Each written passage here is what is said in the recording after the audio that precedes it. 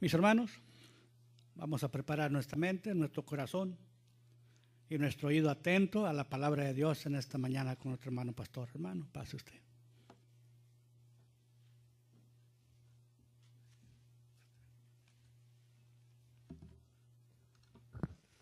Buenos días, hermanos. ¿Cómo están todos?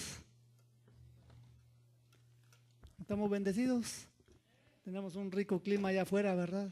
Ya Dios ha decidido darnos ahora un poco de fresco después de tan larga estación de calor, pero ya ahorita estamos gozándonos también con este tiempo. Pues vamos a pasar ahora al estudio de la palabra de Dios después de habernos gozado con todo lo que hemos hecho, ¿verdad? Y los cantos también que trajeron las hermanitas, nuestras hermanas y Juanito también. Pues ahora estamos contentos y vamos a abrir la palabra de Dios. Vamos a estudiar el consejo de Dios para nuestras vidas. Vamos al libro de Lucas, Evangelio según San Lucas.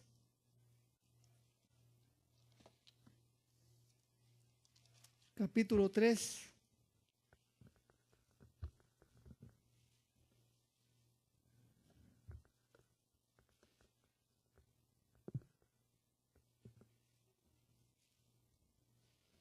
Y ahí tenga abierto la Biblia, hermanos. Vamos a ir viendo hoy algo que es de suma importancia para nuestra vida espiritual. En estos tiempos actuales, la superficialidad de los sermones que se predica hace que haya quedado en el olvido una palabra que es básica para la vida eterna, para la vida espiritual.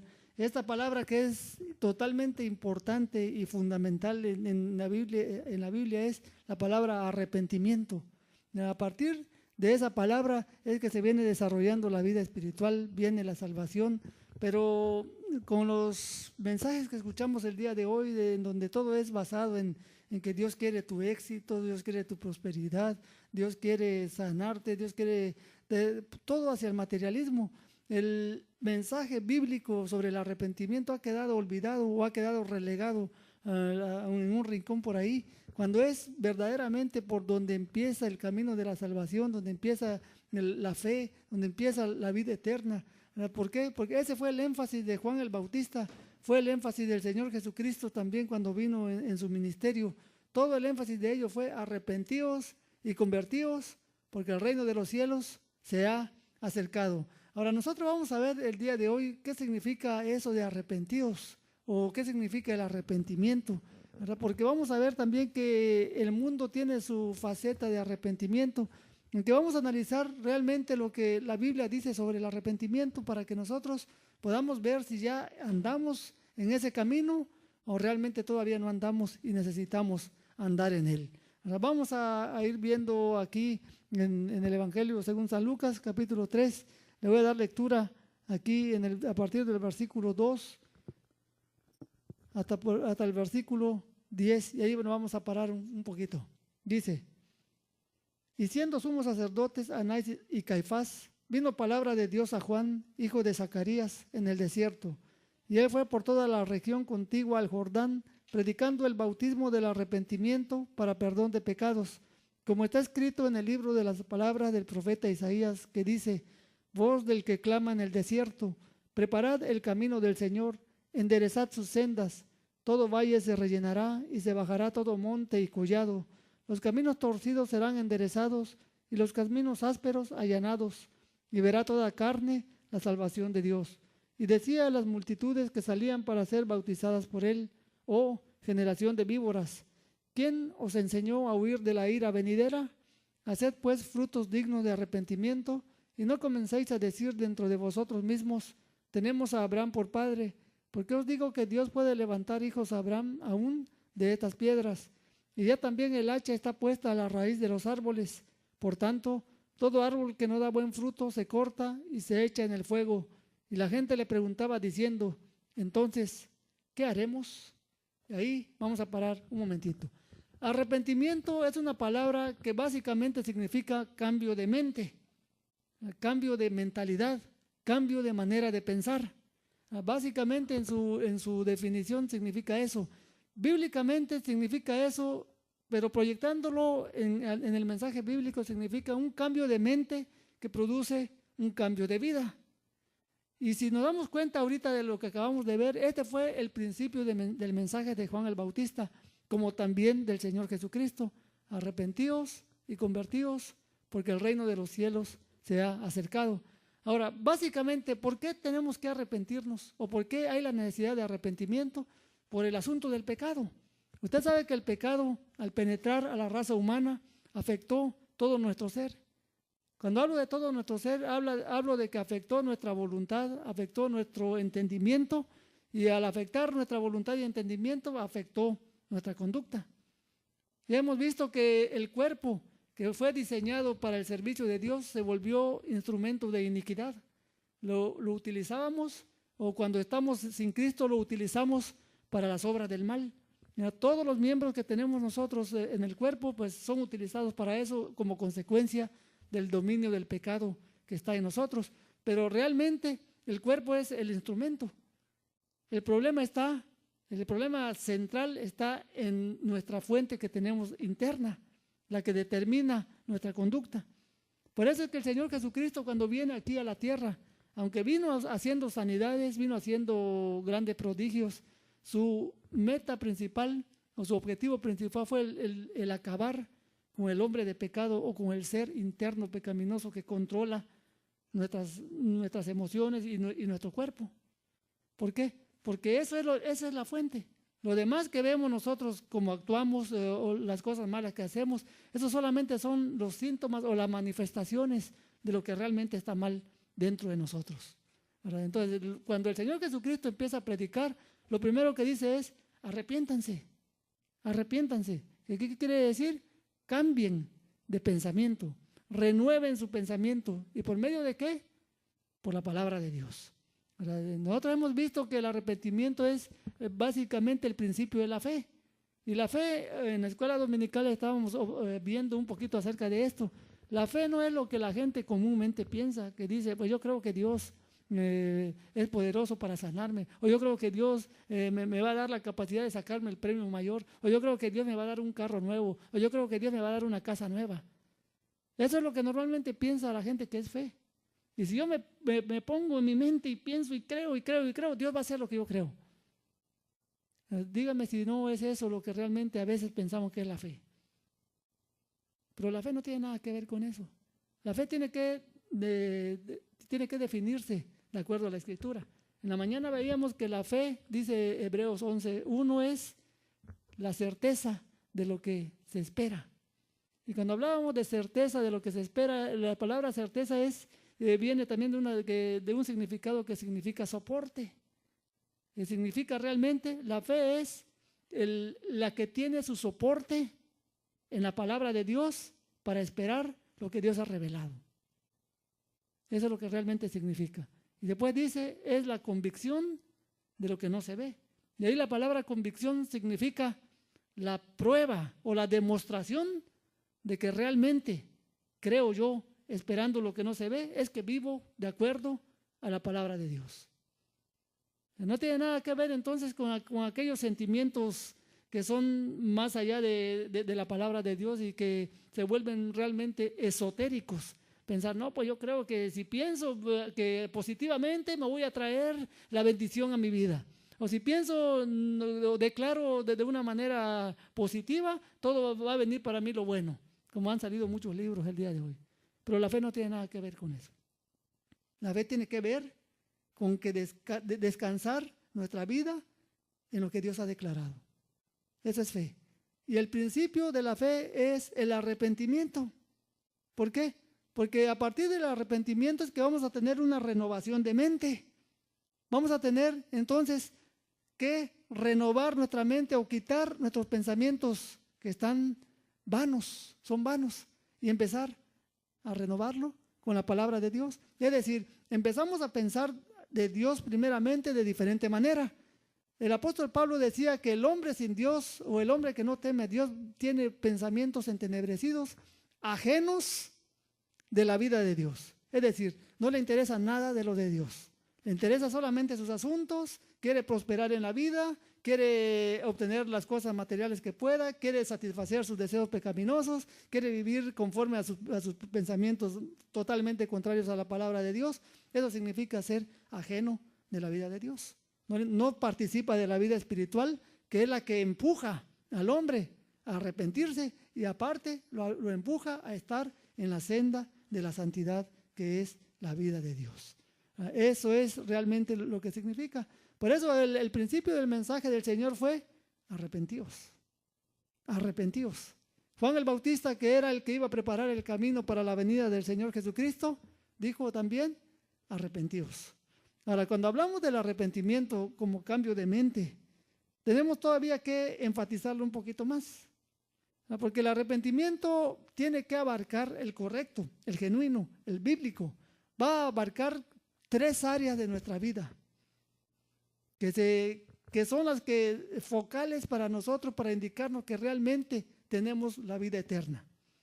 Estas 3 áreas son, primero, el área emocional, el área de las emociones.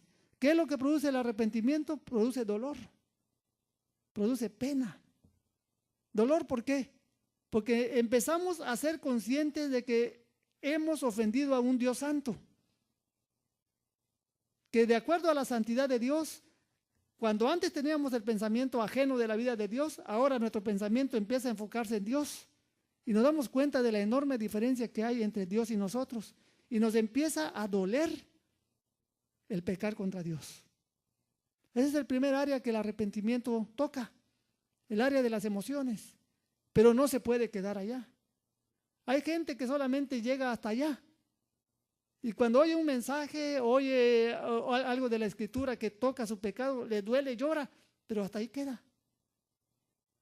Eso no es arrepentimiento conforme al molde bíblico. Lo podríamos llamar remordimiento. Hasta ahí. Me duele, sí, porque he hecho lo malo, pero no, voy a seguir haciendo lo malo. Al final de cuentas, sí me duele, pero voy a seguir en mi vida mala. Eso no es el arrepentimiento bíblico. Entonces, el primer punto que toca el arrepentimiento es las emociones. El segundo punto que toca es el intelecto. Esto quiere decir que ya me tocó la emoción, me doy cuenta que estoy ofendiendo a Dios, mi mente me empieza a cambiar en cuanto a Dios. Dios, ya no te quiero ofender. Quiero sustituir mis pensamientos de buscar la maldad por buscarte a ti. Y empieza a haber un cambio de mente. Pero tampoco se puede quedar ahí. Porque podemos decir nosotros, sí, tengo un cambio de mente y yo sé que Dios es lo mejor y sé que Jesucristo es el Salvador y sé que yo debo estar entregando mi vida a Él, pero no se la entrego. Y solamente quedo en buenas intenciones y sigo mi vida de pecado. Por lo tanto, el arrepentimiento tiene un tercer punto, que es el área de la voluntad. Que es cuando ya las emociones indicaron que hemos ofendido a Dios. Cuando nuestro estado intelectual dice, sí, es correcto, voy a seguir a Dios. Y cuando nuestra voluntad es empujada con todo el corazón a amar a Dios, a servirlo a Él. Entonces sí, vemos que hay un verdadero arrepentimiento. ¿Por qué? Porque este arrepentimiento entonces se va a ver. Y hay una de las cosas que tenemos que comprender, el verdadero arrepentimiento se ve, se nota. Uno se da cuenta cuando la persona está realmente arrepentida o cuando no. Y aquí es donde nosotros vamos a ver de qué manera se vio cuando Juan el Bautista predicó. Porque esto es lo importante, ¿verdad? Tenemos que ver aquí en la Escritura cómo se manifestó el arrepentimiento en las personas. Vamos a ver ahora sí, después del versículo 10. Recuerde, aquí estas personas habían oído el mensaje de Juan. Habían escuchado que primero había que arrepentirse. ¿Por qué? Porque ya el reino de los cielos estaba por manifestarse en la persona de Jesucristo. Venía ya a exponer la palabra de Dios, que iba a traer tanto vida eterna para aquel que cree, como juicio y condenación para aquel que no cree. Por eso, para salir del juicio y de la condenación, Juan dice, arrepentíos, arrepentíos. Y lo primero que Juan dice, antes de empezar después del 10, usted se dio cuenta de lo que leímos, que venían las multitudes. Y lo que Juan les dice a las multitudes como que no sonó muy halagador para ellos, ¿verdad? Hubiera sido mejor traer a Joel Austin y que les dijera, no, pues vénganse todos, aquí todos son hijos de Dios y no hay, y si son hindúes también, no hay manera, no hay manera que se pierdan, todos se van a salvar. Pero Juan no les dice eso. Juan les dice, vean aquí en el versículo 7, y decía a las multitudes que salían para ser bautizadas por él, oh generación de víboras. Qué terrible mensaje de Juan. ¿Por qué diría eso Juan? Ya habíamos visto por qué, ¿verdad? Los judíos estaban muy acostumbrados a la adoración que habían aprendido allá en Babilonia, adoración a la serpiente santa. Y pretendiendo adorar a Dios, seguían adorando ídolos. Entonces su manera de vivir pues realmente demostraba que no había ningún arrepentimiento. No había dolor por ofender a Dios, pensaban que eran incapaces de ofenderlo, porque Jesús les dijo una vez, los sanos no tienen necesidad de médico, o los que se creen sanos, porque realmente ningún ser humano espiritualmente está sano, a no ser que Jesucristo lo sane. Entonces aquí los sanos no tienen necesidad de médico, ellos pensaban que pues como no ofendían a Dios de acuerdo a su mente, no había necesidad de arrepentimiento. Pero ¿quién realmente no tiene necesidad de arrepentimiento? ¿Quién realmente? Una cosa es que no nos queramos arrepentir, pero todos tenemos necesidad de arrepentimiento, todos. Entonces aquí viene él y le dice, oh generación de víboras, ¿quién os enseñó a huir de la ira venidera? ¿Quién les enseñó que así se huye de la ira venidera por medio de ceremoniales externos? Porque lo que Juan estaba haciendo era bautizando. Pero Juan bautizaba realmente al que se entregaba al Señor y se arrepentía. Entonces venía el bautismo, ese realmente tenía, el bautismo cobraba su verdadero significado, demostraba lo que pasó internamente en él. Pero estos que venían solamente para mostrar una cierta religiosidad y participar si el bautismo fuera un ritual, entonces Juan les dice, ¿quién les enseñó que así se huye de la ira venidera? Así no se huye, dice.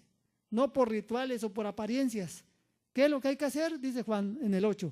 Haced pues frutos dignos de arrepentimiento. O sea, ¿qué es lo que dice aquí Juan? Que el arrepentimiento va a mostrar sus frutos. ¿Se ve o no se ve? Usted puede ver en un árbol de naranja sus frutos o no los puede ver. Va a decir, pues este es naranja, pero no tiene ni una naranja. Pues. Entonces a lo mejor no es naranja, ¿verdad? La naranja se ve que es naranja porque le cuelgan las naranjas allá y va uno y baja y come y se da cuenta, pues tiene fruto de naranja. Entonces aquí Juan está diciendo que hay ciertos frutos que el arrepentimiento produce. Y ahorita vamos a ir viendo cuáles son. Aquí mismo Juan lo va a ir diciendo. Vamos entonces al versículo 10 y al 11 en adelante. Y la gente le preguntaba diciendo, entonces, ¿qué haremos? ¿Se acuerda cuando predicó también Pedro allá en Pentecostés? La gente se compungió, es decir, quedó convicta de sus pecados por la predicación de Pedro. Y le preguntaron, hermanos, ¿qué haremos? ¿Qué haremos? Ese es uno de los síntomas de que empiezan a mostrar arrepentimiento. ¿Se acuerda cuando Pablo cayó del caballo? ¿Qué le dijo al Señor Jesucristo? Señor, ¿qué quieres que haga? Vea usted lo que el arrepentimiento empieza a hacer. Empieza a mostrarnos realmente quién es Dios y empieza a manifestar en nosotros un cambio de dirección en la vida, un cambio de mentalidad. Nos mostró que hemos ofendido a un Dios santo que un día nos va a tener enfrente de Él.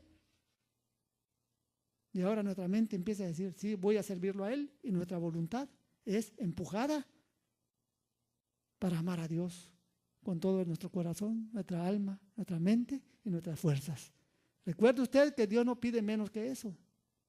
Y esto no se puede fabricar por un sentimiento humano ni por una invención humana. Tiene que venir a través de la fe que es producida por el arrepentimiento. Recuérdelo, no puede venir de otro lugar. Bueno, dice aquí, 11. Vamos a ver qué produce el arrepentimiento. Primero. Y respondiendo, Juan respondiendo, ¿verdad? Les dijo, el que tiene 2 túnicas, dé al que no tiene. El que tiene que comer, haga lo mismo. de acuerdo al pensamiento oriental, la gente que tenía por costumbre tener una túnica. El que tenía una túnica era considerado un hombre que tenía buena posición. Así que si tenía 2 túnicas, era considerado un hombre rico, de acuerdo al pensamiento y a las costumbres orientales. Entonces, lo que Juan le dice aquí, si tú tienes abundancia de cosas y te has realmente arrepentido, tu corazón ya no va a estar solamente en satisfacer tu egoísmo, sino que entonces vas a empezar a pensar en tu prójimo. Fíjese lo que produce el arrepentimiento. El arrepentimiento quebranta el egoísmo del corazón. Nos hace pensar como Jesucristo pensó. Jesucristo no era egoísta, ¿verdad? Él dejó por su trono, dejó su corona, como dice el himno, y se vino a ser un humano aquí para morir por quienes no lo merecíamos. Ahora, imagínense eso. Entonces el arrepentimiento, ¿qué nos va haciendo? Nos va haciendo semejantes a Jesucristo. Lo primero que dice Juan aquí es, vamos a ver si realmente están arrepentidos. El que tiene 2 túnicas, dé al que no tiene. Y el que tiene que comer, haga lo mismo con el que no tiene. Y vamos a seguir viendo. Vinieron también unos publicanos para ser bautizados. Ahora, ¿recuerda usted quiénes eran los publicanos, verdad? ¿Recuerda quiénes eran los publicanos? Gente, otra vez lo vamos a repetir, gente judía que estaba al servicio del gobierno romano para cobrar los impuestos a sus compatriotas judíos. Pero lo que hacían ellos es que cobraban de más. Roma exigía cierta cantidad por cada taxa que cobraban y ellos le aumentaban. Entonces, cuando llegaba el momento de saldar cuentas, le daban a Roma lo que Roma exigía y se quedaban ellos con lo demás. Y así se hicieron riquísimos. Entonces, vienen estos hombres aquí que tenían una fuente tremenda de dinero en sus robos. Y le dice aquí, maestro, ¿qué haremos? Aquí va a mostrar Juan el Bautista cómo el arrepentimiento iba a mostrar su fruto, si es que realmente se habían arrepentido. Le dice ahí, él les dijo, no exijáis más de lo que os está ordenado.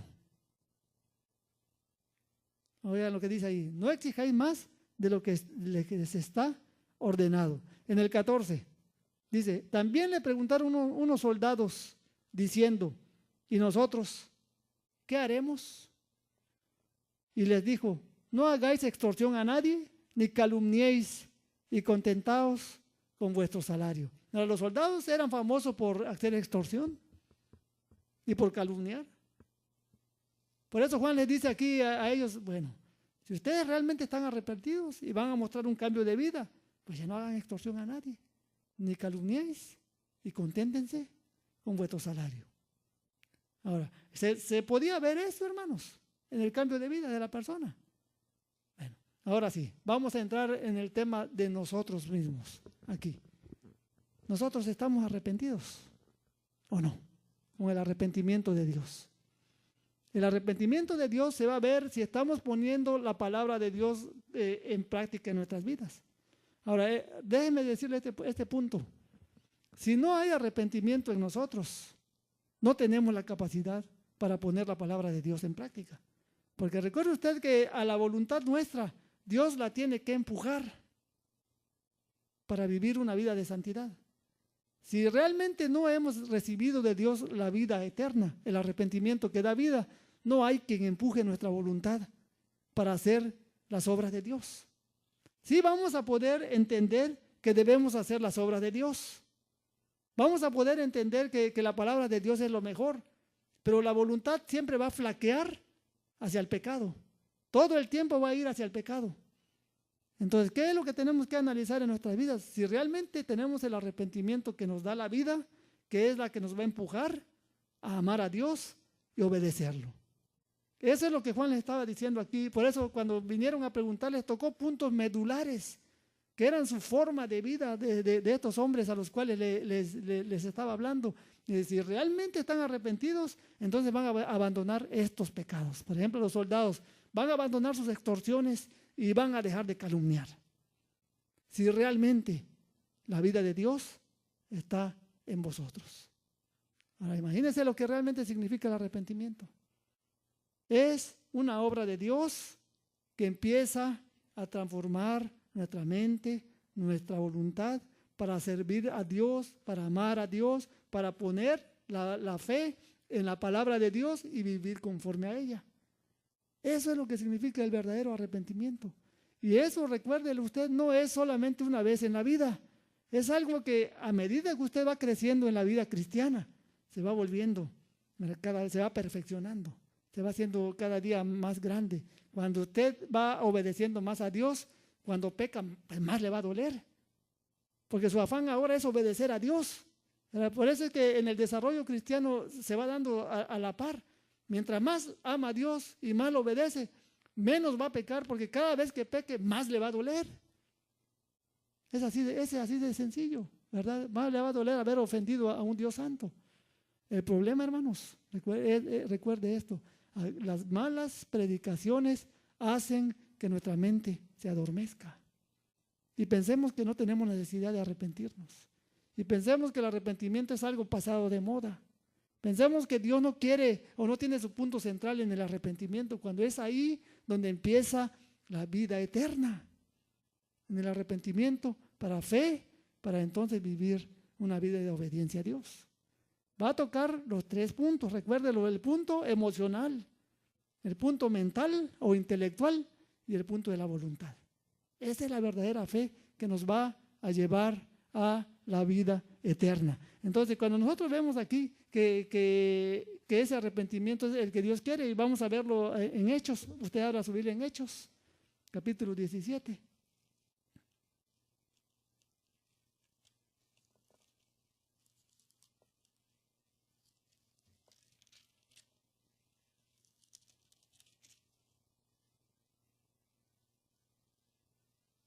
Hechos 17, del 30, 31, cuando Pablo estaba predicando allá en Atenas.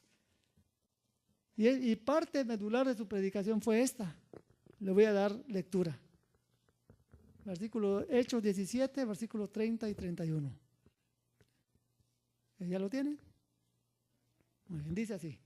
Pero Dios, habiendo pasado por alto los tiempos de esta ignorancia, ahora manda a todos los hombres en todo lugar que se arrepientan. ¿A qué se refiere Dios? A lo que hemos hablado. Al cambio, tanto que viene por las emociones, que viene por el aspecto intelectual y por el aspecto de la voluntad. Que se arrepientan. ¿Por qué Dios requiere que todos los hombres se arrepientan? Por cuanto ha establecido un día en el cual juzgará al mundo con justicia, por aquel varón a quien designó, dando fe a todos, con haberle levantado de los muertos. Bueno, entonces, ¿qué quiere decir? Que el arrepentimiento es básico para la vida eterna, porque en el día del juicio solamente los arrepentidos entrarán al cielo. Todos aquellos que dejaron fuera a Jesucristo de sus vidas serán juzgados por el mismo Jesucristo. Y créanme que no pasarán ese juicio, ninguno que no haya venido al arrepentimiento. Ninguno que realmente no haya estado en la fe de Dios. Ahora, para terminar, hermanos, vamos a ver los puntos prácticos en nuestras vidas. Arrepentimiento significa quitar de nuestra vida nuestra vana manera de vivir y empezar a poner la palabra de Dios en nuestra manera de vivir en todo ámbito. Por ejemplo, vamos a hablar del ámbito matrimonial. En el ámbito matrimonial, ¿qué significa arrepentimiento? Significa que si antes yo era un hombre machista o la mujer era una mujer feminista de las que se llaman el día de hoy y que no se dejan y que todo esto, ahora significa que esos pensamientos se van a quitar de mi mente y voy a empezar a poner la palabra de Dios. La palabra de Dios me dice que el hombre ame a la mujer como Cristo amó a la iglesia y la mujer aprenda a respetar a su marido. Eso es lo que dice la palabra de Dios. Ahora, si realmente yo estoy arrepentido, ¿qué es lo que voy a hacer? ¿Voy a seguir siendo machista? Voy a decir, no, sí, la palabra de Dios es lo mejor, pero voy a volver a mi machismo. Eso me demuestra que no tengo la vida espiritual. Porque sí apruebo lo que Dios dice, pero en mi vida práctica lo repruebo, porque sigo practicando mi propia manera de vivir, mala y vana. Entonces, ¿qué significa el arrepentimiento? Significa un cambio de dirección en nuestra vida, en donde nosotros vamos a poner la palabra de Dios como el fundamento, como la base, en donde nosotros vamos a empezar a partir y a ser edificados para que entonces nuestra vida dé esos frutos que son dignos del arrepentimiento, pero del arrepentimiento verdadero por medio del cual Dios nos ha hablado. Analice su vida ahora usted, hermano. Analice usted su vida. Su vida está dando esos frutos. Si su vida está dando esos frutos, usted tiene el arrepentimiento. Usted tiene la vida eterna que le va a empujar a amar a Dios, a servir a Dios, a vivir conforme a su palabra. No hay necesidad de que nadie le diga, hermano, ¿qué quiere usted servir en la iglesia? No, usted solo. Porque eso es lo que produce la vida eterna. Voy a dar mi vida para el servicio de Dios. Eso es lo que produce. No hay nadie que le tenga que empujar, usted solito. Esa es la evidencia de la vida eterna en usted. Es evidencia de que Dios le está moviendo a usted, le está empujando para la santidad, para su obra. Pero si no, analícese bien. ¿Por qué? Porque puede ser que realmente no se haya arrepentido. Y eso, créanme, lo que es la diferencia entre el cielo y el infierno. Por eso Jesucristo lo dijo claramente aquí desde el principio: arrepentidos, porque el reino de los cielos se ha acercado. No se deje engañar por esos sermones de prosperidad del día de hoy. Sermón que no enfatice el arrepentimiento, le está engañando. Le está cauterizando su mente y le está bloqueando a la realidad eterna de la palabra de Dios. La palabra de Dios la tenemos que tener clara delante de nosotros, porque es la palabra que da vida. Y si no la tenemos clara, pues ¿qué nos va a dar vida? Necesitamos estar conscientes del Dios a quien servimos, de lo que Él demanda, de lo que Él pide de nosotros. Y lo que Él pide en primer lugar es el arrepentimiento. Arrepintámonos con todo nuestro corazón y que nuestra vida muestre los frutos dignos de este arrepentimiento para servir al Señor con todo nuestro corazón. Eso es lo que necesitamos. Vamos a cerrar nuestros ojos. El día de hoy vamos a celebrar la Santa Cena. Pero antes de celebrar la Santa Cena, yo no sé si aquí alguno de nosotros hayamos sentido en nuestro corazón esa emoción o ese sentimiento de haber ofendido a Dios. Si realmente nosotros hemos ofendido a Dios y entendemos que todavía no tenemos esa fe, ese arrepentimiento, pues este es el momento, hermanos. No deje pasar un minuto más. Usted en su corazón, dígale a Dios: Señor, yo realmente me doy cuenta que no tengo ese arrepentimiento que da la fe para la vida eterna. Y te pido que tú me lo des para que yo pueda estar preparado para el día en el cual el Señor juzgará este mundo por medio de Jesucristo. Si usted tiene ese sentir, si usted después quiere hablar conmigo, pues yo aquí estoy dispuesto para poder ayudarle en ese camino. Vamos a orar, oremos. Amado Padre Celestial, te damos muchas gracias. Gracias por tu palabra, Señor, porque es bien clara, es bien sencilla, Señor, cuando queremos obedecerte. Sabemos que el día de hoy hay muchas falsas enseñanzas que quitan de nosotros las enseñanzas básicas, Señor, para la salvación, las enseñanzas que dan fe para vida eterna.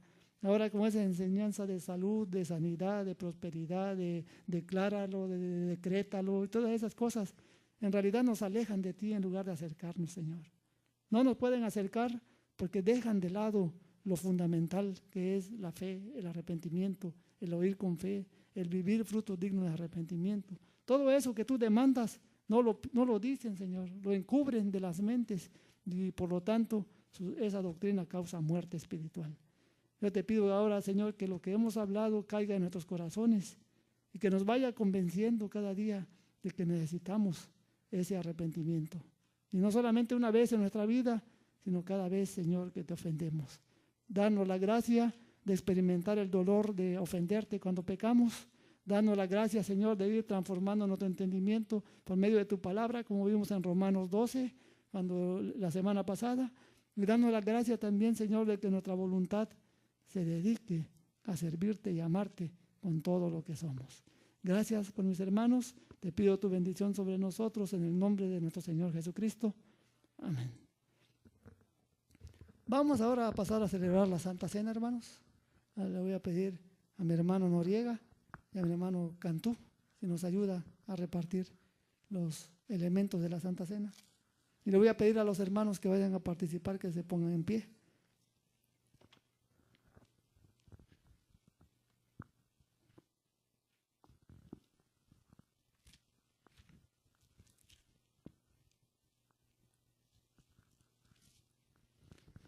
Vamos a orar antes de empezar a repartir los elementos.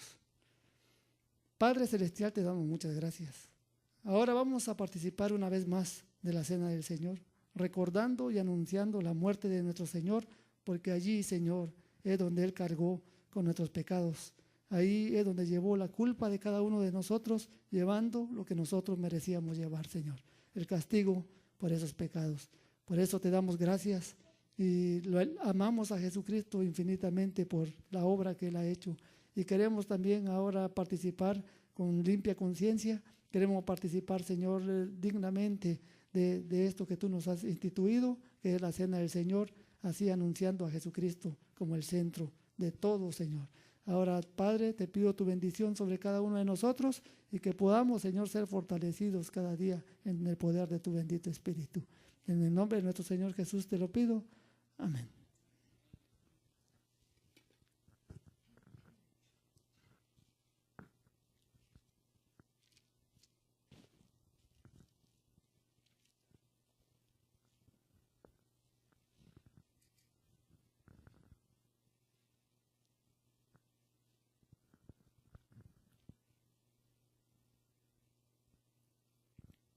El arrepentimiento, como veíamos hace un momento, nos lleva a un cambio de vida. Este cambio de vida es porque el Señor Jesucristo empieza a ser el centro de nuestras vidas. Empezamos a considerar su obra, su persona, su muerte en la cruz como parte central en nuestras vidas, como algo por lo cual ahora nosotros podemos tener la vida eterna. Y podemos entender así cómo los antiguos cristianos, sobre todo los del primer siglo, murieron gozosos por el nombre del Señor, porque su voluntad, su mente, sus emociones estaban centradas en Jesucristo.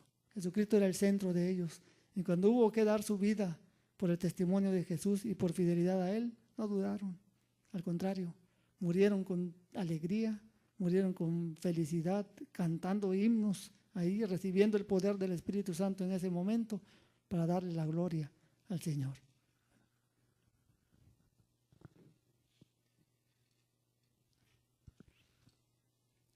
Dice así la palabra de Dios, hermanos. Porque yo recibí del Señor lo que también os he enseñado, que el Señor Jesús, la noche que fue entregado, tomó pan, y habiendo dado gracias, lo partió y dijo: tomad, comed, esto es mi cuerpo que por vosotros es partido. Haced esto en memoria de mí. Puede comer, hermano.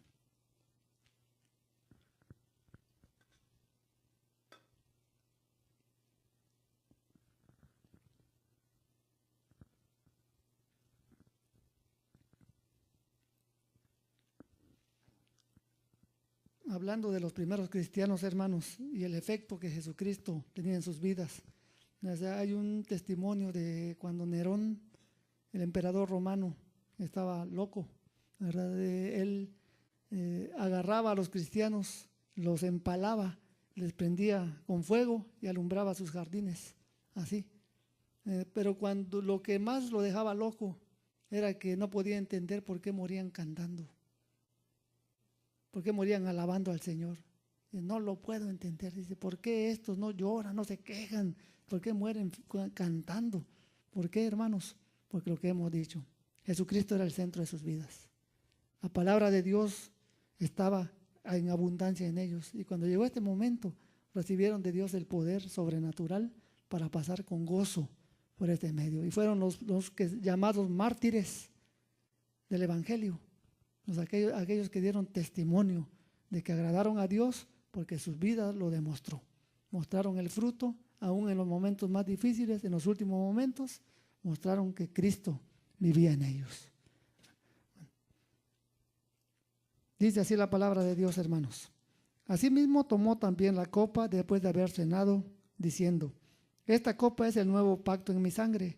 Haced esto todas las veces que la bebiereis en memoria de mí. Puede beber.